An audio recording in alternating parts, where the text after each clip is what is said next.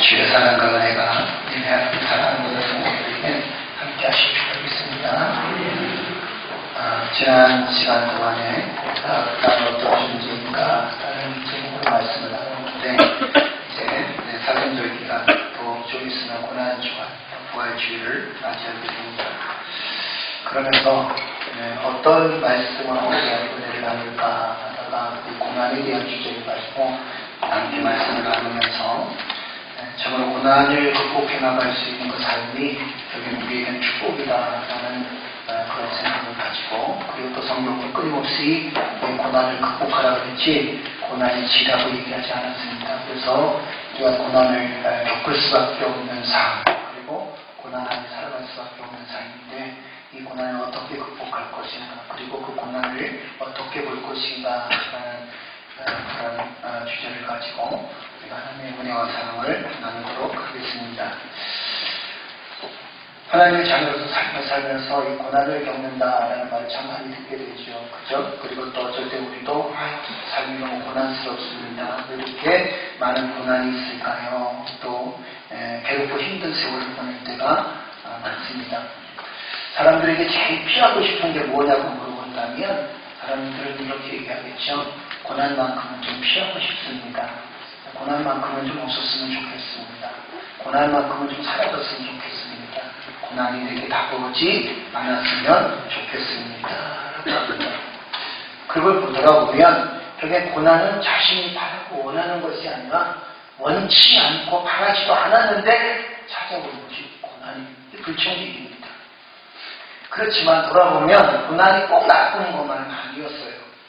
그리고 피하고 싶어도 피할 수 없는 것이 고난인 것을 보게 됩니다. 누구나 다 고난을 피하길 원하죠. 그런데 이만은 고난을 바꿀 수밖에 없다는 거죠.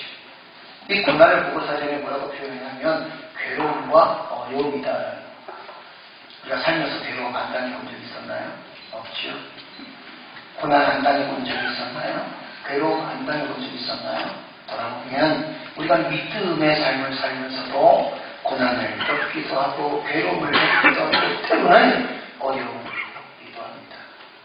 이 고난 역설이라는 파라독스라는 말은 무엇을 얘기하냐면 고난은 고난입니다. 그런데 어느 누구도 고난을 겪기를 원치 않지만 오히려 이 고난이 우리의 삶을 풍성하게 만들고 오히려 이 고난이 우리의 인생을 더 기쁘게 만들고 삶의 의미를 더 기쁘게 만드는 것을 보게 됩니다.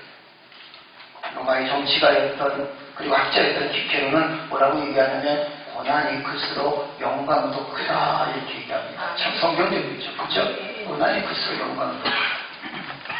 여러분들이 잘 아는 헬렌켈도 뭐라고 얘기하냐면 쉽고 편안한 환경에서는 강한 인간을 만들어지기 어렵습니다. 시련과 고통을 통해서만 강한 영혼이 탄생하고 통찰력이 생기고 이에 대한 영감이 떠오르며 마침내 성공할 수 있습니다.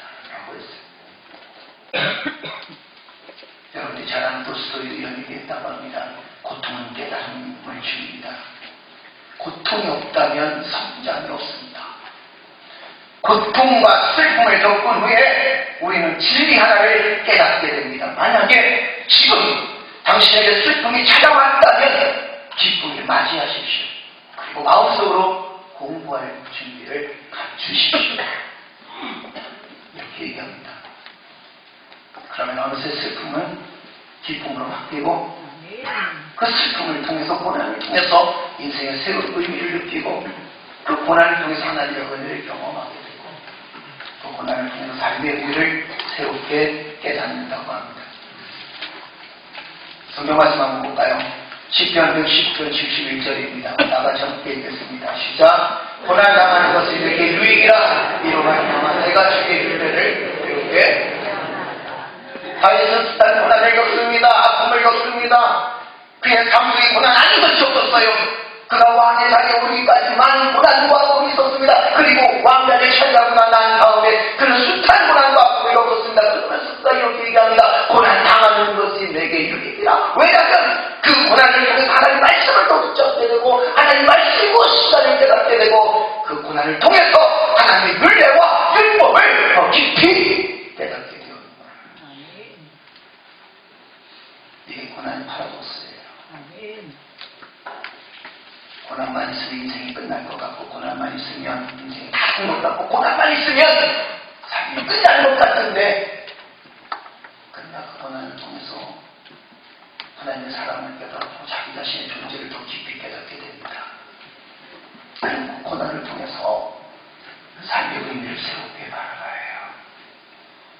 베드로전서 3장 17절 한번 읽어볼까요? 다 같이 읽겠습니다. 시작. 선을 행함으로 고난을 받는 것이 하나님의 뜻일진데 악을 행함으로 고난을 받는 것보다 고난을 받는 이유가 두 종류가 있습니다. 하나는 자기가 악해서 고난을 받아요. 악해서 잘못된 삶을 삽니다. 악해서 어려움을 겪습니다. 또 한 가지는 선한 일을 행하는데 하나님의 뜻대로 살아가는데 그때 고난을 받는다는 거예요. 그런데 그 고난이 결국에는 하나님의 놀라운 사랑이었고 그것이 하나님의 뜻이었다는 겁니다. 선을 행하면서 당하는 고난, 아름다운 일을 행하면서 당하는 고난, 그것은 누구의 뜻이었다? 하나님의 뜻이었다. 우리가 주의 뜻을 이루면서도 때로는 억울한 일을 당할 때도 있죠. 특별히 순교자들, 우리가 주의 일을 행하다 보면 좋은 일을 행하는데 때로는 그 들려오는 소리가 악한 소리가 들려올 때도 있습니다. 이 모든 일들은 결국에 선한 일을 행하면서 선한 일을 행하다가 오는 고난은 하나님의 뜻이었다. 성경을 보아도 고난이 인생의 유익이고 삶의 유익이라고 합니다. 그리고 우리보다 먼저 삶을 살아온 선배들도 고난은 성장과 성숙의 기회였다는 거예요. 고난을 겪을 때 힘들고 미칠 것 같지만 그리고 고통스럽지만 그 고난을 극복해 나가면 그것이 축복의 통로가 되어지고 성숙의 기회가 되어지고 인생을 더 가치 있게 살아갈 수 있는 기회가 된다는 거예요. 네 번째부터 우리는 이 베드로후서를 통해서 고난을 어떻게 극복할 것인가라는 주제로 함께 말씀을 나눌 것입니다. 그러면 그리스도 안에서 당하는 그 고난은 네 가지 유익을 준다고 했어요. 그 첫째가 뭐냐면 결국에 그리스도 안에 당하는 그 고난, 첫째가 뭐냐면 고난은 축복이다. 고난을 원치 않습니다. 그럼에도 불구하고 고난은 축복을 받는 삶입니다.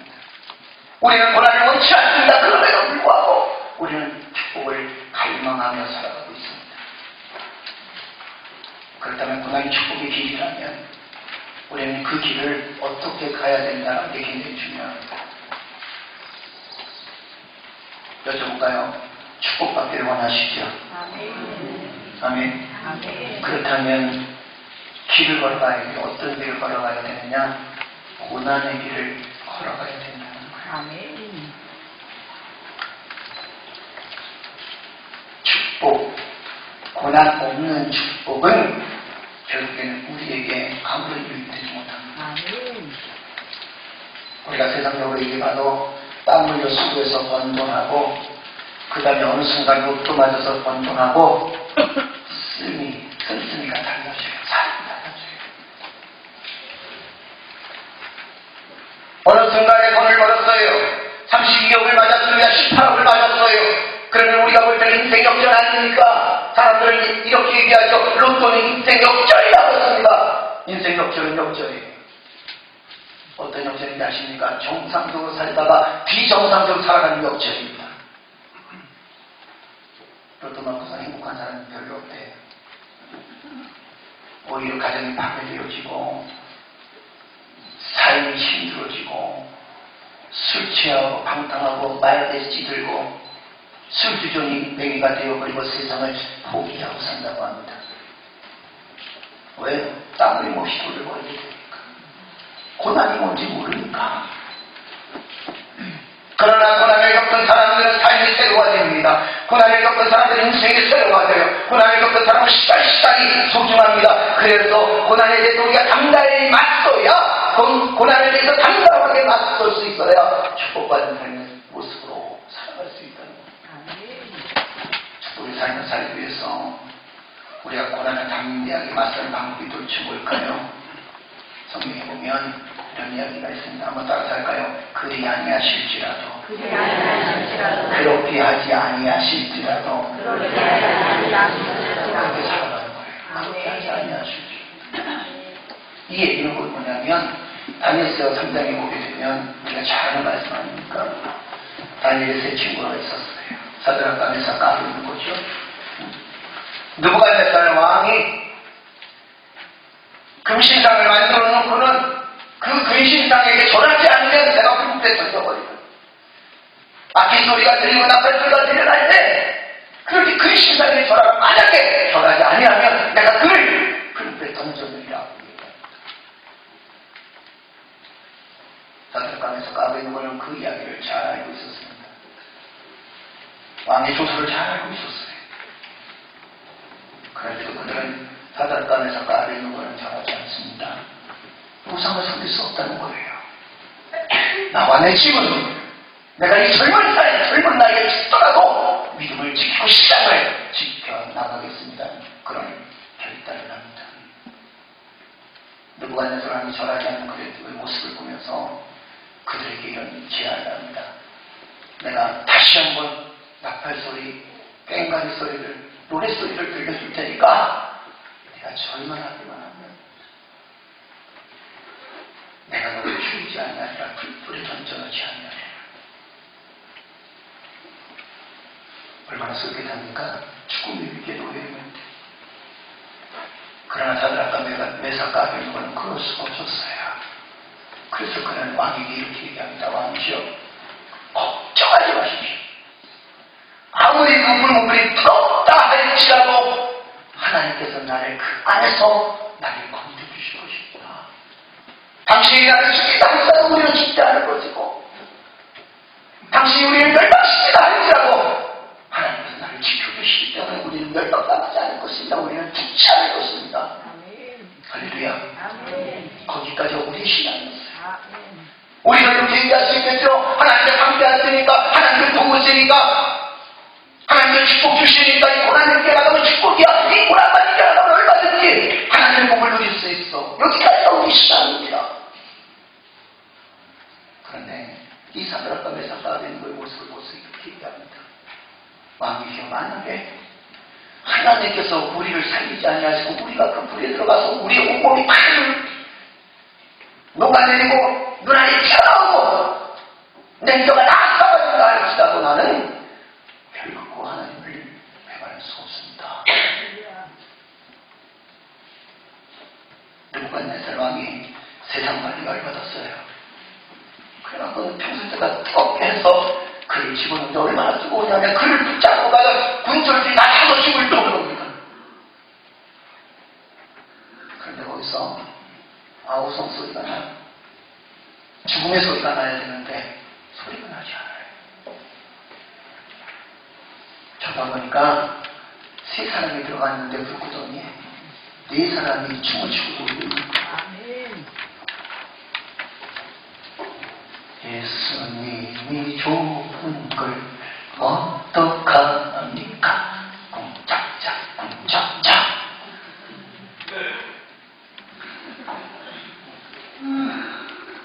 한번 따라서 해봐요. 하나님이 좋은 걸. 시작. 하나님이 좋은 걸 어떡합니까?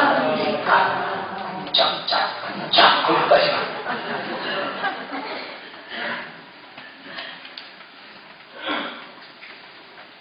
왕과 신하들이 보니까 마치 천사가 하나님의 신이 내려서 그들을 보고 하는 것 같아요. 느부갓네살 왕께 깜짝 놀랐습니다. 그래서 불구덩이 행하여 소리칩니다. 사드락과 메삭과 아벤느고야, 빨리 나오너라. 나는 하나님의 위대하심을 알았고 네가 믿는 그 하나님이 얼마나 크신 하나님인지를 나는 이제 깨달았노라. 빨리 나오너라. 할렐루야. 말씀 한번 보세요. 다니엘서 3장 27절입니다. 한번 읽어볼까요? 다같이 시작. 총독과 지사와 행정관과 왕의 보살들이 모여 이 사람들을 본즉 주인이 그들의 몸을 해하지 못하였고 머리털도 그리지 아니하였고 겉옷빛도 변하지 아니하였고 불탄 냄새도 없었다. 느부갓네살이 말하여 이르되 사드락과 메삭과 아벤느고의 하나님을 찬송할지로다. 그가 그의 천사를 보내사 자기를 위하고 그들의 몸을 바쳐 왕의 명령을 거역하고 그 하나님 밖에는 당신을 섬기지 아니하며 그에게 절하지 아니한 종들을 왕이 드디어 사드락과 메삭과 아벳느고를 바벨론 지방에서 더욱 제일 좋은 말이 어떤 말이에요? 30절. 왕이 드디어 사드락과 메삭과 아벳느고를 얻게 한다. 그 지방에서 더욱 높였다. 고난을 이겨나가게 되니까, 하나님을 믿음으로 승리하게 되니까 하나님의 뜻을 높여주셨다는 겁니다. 이것이 바로 축복의 삶이에요. 이것이 바로 믿음의 삶입니다. 하나님은 나를 살펴주지 아니하실지라도 하나님을 변할 수 없습니다. 하나님을 배반할 수 없습니다. 하나님은 내게 축복을 주시지 않는다 할지라도 나는 여전히 하나님을 믿고 의지하며 살겠습니다. 할렐루야. 하나님께서는 아무것도 하지 아니하신다 할지라도 내게 구원의 은혜 주신 것에 감사. 하나님께서 심지어 내 병을 낫게 하지 아니한다 하실지라도 나는 하나님을 더욱더 붙들고 살겠습니다. 아멘. 아멘. 이 모습이 결국엔 축복의 모습이에요. 이 세 청년의 고난으로 인해서 왕이 하나님을 섬기게 됩니다. 이 세 청년의 고난을 통해서 우상을 섬기는 바벨론에서 하나님의 이름이 높아집니다. 더 중요한 건 뭐예요? 이 세 청년이 바벨론에서 더욱 높은 권력과 지위를 차지하게 됩니다. 고난을 이기면 반드시 축복 주신다는 사실을 믿으시는 여러분들의 세계를 주님을 축복합니다. 두 번째, 고난이 승리예요. 그리스도인들은 현재 고난을 겪고 있다고 할지라도 결과는 뭐예요? 승리입니다. 많은 사람이 죽음을 당하게 됩니다. 예수 믿는 자들 자체 때문에 죽음을 당하는 거예요. 순교하게 됩니다. 그런데 끝난 것 같아요. 그러나 끝나지 않습니다. 그 순교자의 피가 결국에는 온 세계에 퍼지기 시작합니다. 그 순교자의 피가 가정을 살리고 집안을 살리고 나라를 살리게 됩니다. 그것을 끝나나요? 그 순교자는 결국에는 예수님의 기회를 마실 때에 영광의 자리에 앉게 됩니다. 이게 승리예요. 승리입니다. 예수 그리스도께서 십자가의 고난을 통하여 부활하시고 죽음에서 승리하셨습니다. 고난이 그를 묶어두지 못했어요. 고난이 하나님의 사역을 방해하지 못했습니다. 하나님의 계획을 방해하지 못했어요. 고난이 절망시키지 못했으며 고난이 아픔으로 몸을 짜증을 하셨습니다. 고난은 있었지만 결국 고난 속에서 승리합니다. 베드로전서 13장 한번 보세요. 다 같이 읽겠습니다. 시작. 오히려 너희가 이런 그의 영광을 나타낼 때에 너희로 즐거워하고 하며 아멘. 오히려 고난에 참여하라. 즐거워하라. 그의 영광이 나타나실 때가 언제입니까? 예수 그리스도를 즐기하실 때. 그때에 결국에는 우리는 즐거워하고 나도 즐거워하지만 주님이 나의 모습을 보면서 즐거워한다. 나도 즐거워할 뿐이지만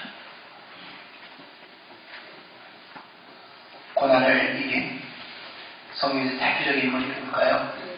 고난을 잘 이긴 대표적인 인물 욥이에요.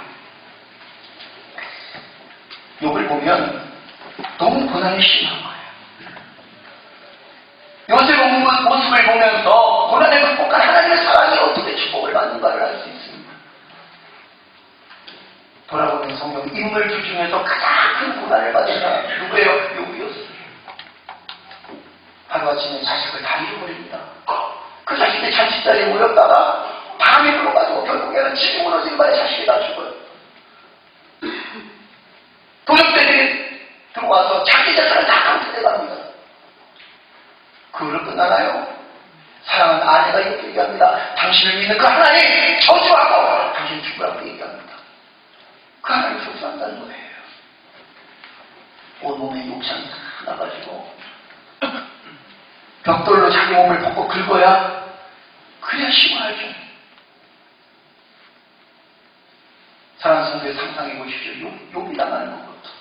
성경에 많은 인물들이 있지만 그러나 욥만큼 고통 많이 당한 사람이 없습니다. 욥만큼 처절한 고통 속에 있는 사람이 없었습니다. 욥만큼 슬픈 경험은 없어요. 고난이 완전히 한꺼번에 다 오게 됩니다. 얼마나 그 고난이 큰지. 그런데 그가 고난을 이깁니다. 아멘. 우리가 성경을 보면 어쩔 때 그러잖아요. 요긴요, 고난당할 때 하나님 절대 원망하지 않았어요. 그런 신이에요, 신. 성경을 보게 되면 그래도 하나님 원망하는 데 곳곳에 나옵니다. 제일 원망한 게 뭐냐면 차라리 내가 태어나지 않았으면 좋겠다라는 거예요. 사람 태어나고서는 뭐 누구의 뜻이에요? 하나님의 뜻이에요. 그죠? 결국에는 뭐예요? 나를 태어나게 하신 그 하나님이 너무 원망스럽다는 거예요. 왜 나를 태어나게 하셔서 나에게 이렇게 고통을 주시는지 하나님 원망스럽다는 거예요. 그렇지만 그가 원망하지만 원망스럽지만 버리지 않는 것이 한 가지 있었습니다. 그것이 뭐냐면 하나님을 향한 믿음이었어요. 아멘. 다른 걸 다 버려도 때로는 육신의 연약함 때문에 하나님을 원망해도 하나님을 향한 그분의 존재, 이 모든 것들이 하나님의 성이었다는 사실을 잊어버리지 않습니다. 여기 믿음을 잘 지켜나가서 축복을 가지고 성경은 뭐라고 얘기하는지 한번 보세요. 읽어볼까요? 자, 10절에서 17절까지 일단 장수 기니까 한번 쭉 한번 읽어볼게요. 나가시 시작. 요배 그의 친구들을 위하여 기도할 때에 여호와께서 요배의 용을 주라고 들이키시고 여호와께서 요배에게 이전 모든 소유보다 갑절이나 주십니다. 이에 그의 모든 형제와 자녀와 이전에 알던 일을 듣고 와서 그의 집에서 그와 함께 음식을 먹고 여호와께서 그에게 내신 모든 재앙을 받아요. 그를 위하여 쓸까 각각 퀴시트 하나씩과 금을 하나씩을 주었다. 여호와께서 요배가 있는데 요배에게 처음부터 더 복을 주시니 그가 양 14,000과 낙타 6,000과 소천들과 암나귀 1,000을 두었고 또 아들 7과 딸 셋을 두었으며 그가 첫째 딸은 여미마라 이름하였고 둘째 딸은 그시아라 이름하였고 셋째 딸은 예랑이라 이름하였으니 모든 땅에서 요배의 딸들처럼 아름다운 여자가 없었더라. 그들의 아버지가 그들에게 그들의 오라비들처럼 기업을 배웠더라. 그 후에 요비 140년을 살며 아들과 손자 4대를 놓았고 요비는 나이가 차서 죽었다. 이 42장을 한번 보세요. 하나님께서 요배에게 주신 축복이에요. 그를 비난하는 요배 친구들이 돌아와서 그를 위해서 위로합니다. 잃어버린 자녀를 하나님께 다시 주셨는데 그 딸들이 얼마나 예쁜지, 그 아들들이 얼마나 장성한지, 얼마나 아름다운지, 그것을 여기 얘기합니다. 욥의 말년에 여호와께서 어떻게 하는 욥에게 복을 주셨다. 말년이 인생이 즐거워야 돼요. 아멘. 우리의 말년 인생이 하나님 복을 누리고 살 거예요. 근데 욥의 모습을 보세요. 하나님께서 이 욥의 말년에 복을 주셨다. 그에게 아들 7과 딸 셋을 두었으며 그 다음에 그 딸들이 얼마나 아름다운지 거기다가 아버지가 그 딸들에게 복을 주면서 기업을 아들처럼 기업을 줍니다. 그 당시에는 딸들한테 기업을 준다는 건 있을 수가 없는 일입니다. 근데 더 보세요. 16절 17절 보게 되면 그 후에 욥이 140년을 더 살며 아들과 손자 4대를 보았다. 얼마나 큰 축복입니까? 그죠? 3대, 4대가 같이 신앙생활하는 교회. 아멘. 아멘. 아멘. 그리고 욥이 나이 늙어 나이가 차서 죽었다. 욥이 죽은 이유가 병들어서 죽었다는 얘기가 아닙니다. 확정이 죽었다는 얘기가 아니에요. 그가 나이가 찼다는 얘기는 뭐예요? 하나님께서 지정한 나이까지 살다가 당연히 하나님께 부름을 받았다. 아멘. 이것이 고난을 이긴 욥의 축복입니다. 그래서 우리는 고난을 겪고 있을 때마다 이것이 축복의 기회다. 고난을 겪고 있다가 하나님의 복을 누릴 수 있는 기회다라고 생각하고 살아가야 돼요. 어차피 겪을 고난이라면 어차피 겪어야 될 세상의 고난이라면 그 고난이 축복의 기회다라고 그렇게 믿고 살아가야 돼요. 아멘. 아멘. 아멘. 또 한 가지 고난은요, 우리의 든든한 믿음을 소유하게 됩니다. 아멘. 고난을 이겨내면 더 단단해진다는 거예요. 우리 속담에 아주 좋은 속담이 있습니다. 뭐라고 얘기합니까? 비온 뒤에 어떻게 한다 했어요? 땅은 굳어집니다. 고난을 겪고 더 단단해져요. 아픔을 겪고 나면 더 강해집니다. 야고보서 한번 볼까요? 야고보서 1장 2절 4절입니다. 우리 다 같이 함께 읽겠습니다. 내 형제들아, 너희가 여러 가지 시험을 당하더라도 온전히 이기게요. 이는 너희 믿음의 시절이 인내를 만들어내는 줄 너희가 압니다. 인내를 온전히 이루라. 이는 너희로 온전하고 위하여 조금도 부족함이 없게 하여 합니다. 인내를 하게 되면 주님이 재임하실 때에, 이 땅에 오실 때에 우리가 구원받기에, 주님의 부름을 받기에 부족함이 없도록 나를 온전하게 만들어 주시죠. 고난이에요. 시험과 고난과 아픔을 기쁘게 여기는 이유에 대해서 뭐라고 얘기하냐면 이렇게 말합니다. 야고보서는 이렇게 얘기하는 거예요. 첫째는 믿음의 시련이 인내를 만들어낸다. 그렇기 때문에 고난과 아픔을 기쁘게 여기라. 아멘. 뭘 만들어낸다고요? 인내를 만들어낸다. 운동을 하다 보면 근력 운동하잖아요. 그죠? 팔 운동을 하는데 처음에는 60kg 가지고 땡겨봤어요. 5개 하니까 이제는